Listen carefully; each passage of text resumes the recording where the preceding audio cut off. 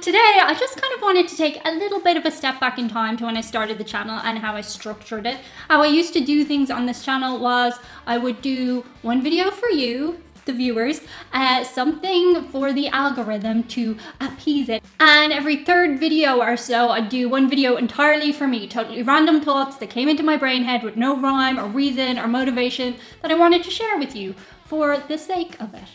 Somewhere along the way, the videos that I just wanted to do for whatever reason, not because they fit into a particular categorization of channel, disappeared. And that's entirely my fault, not yours, mine.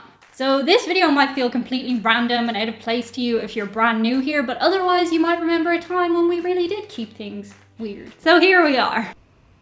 Hey, don't look at me, I'm completely lost too. And with the spirit of randomness in mind, I wanted to share one of those thoughts with you. And that is, what happened to the awkward phase? You know, that stage between 9 and 13 where you're not a girl, not yet a woman, or alternate gender. You know, the tweens, when you're between being a teen and being an adult. Don't know why that came out wrong. It's a phase where you're basically allowed to just be kind of a mess and everyone understands because you're growing into a person. I mean, congratulations if you didn't have one. I sure did. I'd insert a picture here, but around that time I was also mega camera avoidy because I was an absolute mess and I was aware that I was an absolute mess. But isn't that a total contrast to that age group today who are pretty much forced to live out their youth in selfie mode? And yes, haha, some may argue that they're still going through their awkward phase, but that particular point in time is just special, you know? The tweens. And I want to know where it went. My nose was growing into my face. I had braces and I could choose the colors of the bands that went on them. And unfortunately I did choose green, which meant that a lot of the time it looked like I had cabbage stuck in my teeth and there wasn't any cabbage. I didn't eat cabbage back then. I don't eat cabbage now, still. But for whatever reason, I thought it looked cool. I thought a lot of things looked cool then, actually, and that was primarily why I did them. For other people and how other people viewed me. And I'm not alone here. There's actually a phenomenon that happens to humans exclusively during this time period wherein we become increasingly aware and performative. I learned about this in the nanosecond I studied psychoanalysis before concluding Freud was a fraud. Really? Really?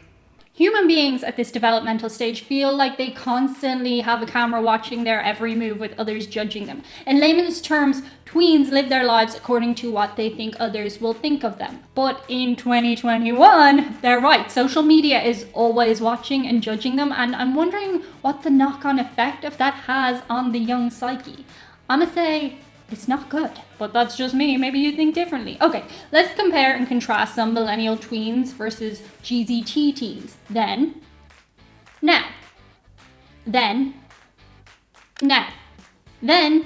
now. You see, do you see the difference? Remember back to the days when our skincare routine was considered to be good if we used like Clean and Clear or Clearasil face wash and St. Ives apricot scrub, and that was it for skincare. My makeup consisted of baby pink lip gloss with actual shards of glitter in it that came free with the teen magazine and made my teeth look yellow. My eyeshadow consisted of something I stole from my mum that she didn't use anymore that had expired a decade prior because we didn't know that was even a thing back then. As an aside, do check the old dates on your products because apparently they go off just like food and bacteria is gross. Don't Google that. Which means I'm gonna have to Google. As for lip liner, well, you may have heard me tell the story about that one biatch in my class who used to call me Crayola because I used an actual Crayola pencil as a lip liner when I was 13. Well, who's laughing now, Caroline? Because Crayola came out with their own makeup line. I was ahead of my time. Honestly, it had the best pigment ever to this day. We certainly didn't color match or blend. We ended up with that lovely line that just stopped right here. 2 different colors, you know? As for you boys, well, you were a good 2 foot shorter than us and your conversational style mostly consisted of grunting and flicking the front of your hair using only your neck.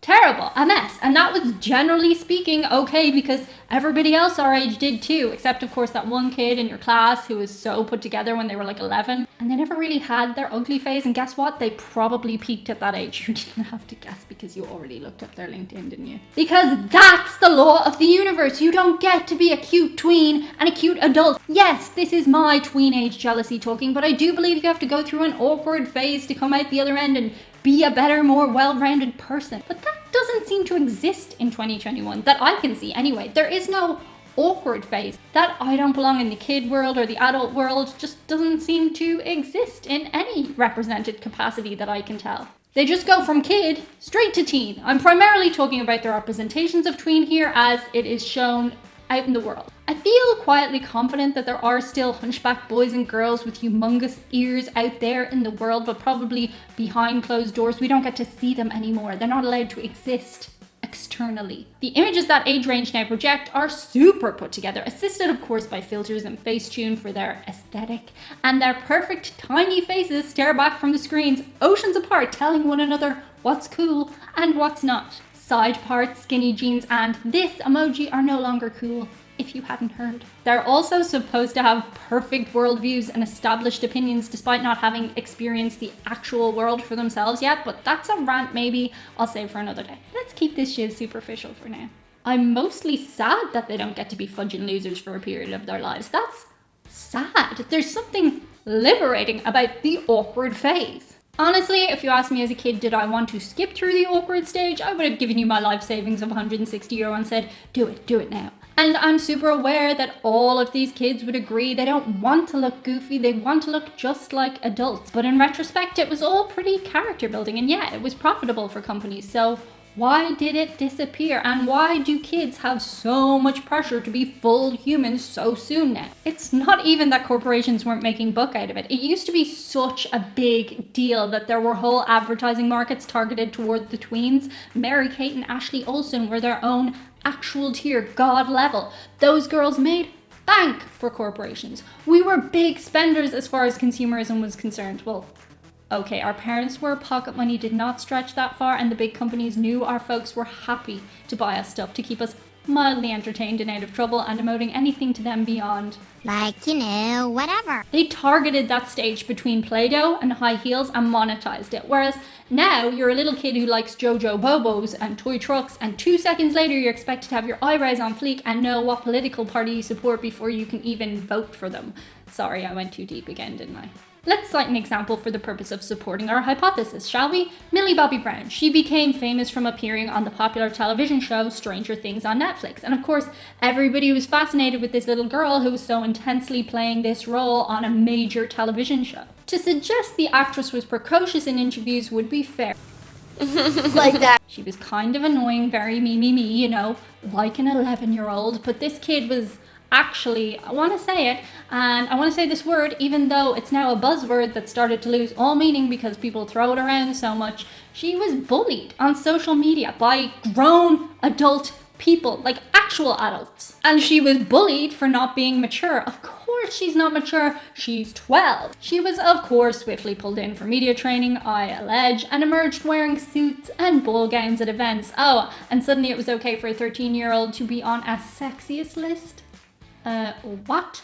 Yeah, that's another tangent for another day. But I will say that it's pretty dangerous to have tweens dressing just like adults, right? I get that people are more conscious to be protective over kids in modern society than they were when we ran all over the gaff as kids. I'm so sorry, I can't even front. I had very overprotective parents, and while my friends would cycle across the village to the shop to hang out in the park, I was not allowed past the last electrical pole on our cul-de-sac till I turned 16, so yeah. I was like a weird little alien getting a Dublin bus for the first time. But yeah, I don't know. Just some thoughts I've been pondering randomly. Let me know below in comments what you make of it all. And also, if you're cool with me, mind vomiting on you sometimes. Okay, bye. Out of focus. Sort of in focus. Still not in focus. Yes, these are my pajamas. I just got out of the bath. Well, that's out of focus. Well, it looks kind of in focus. Okay. Oh, okay. You're here too.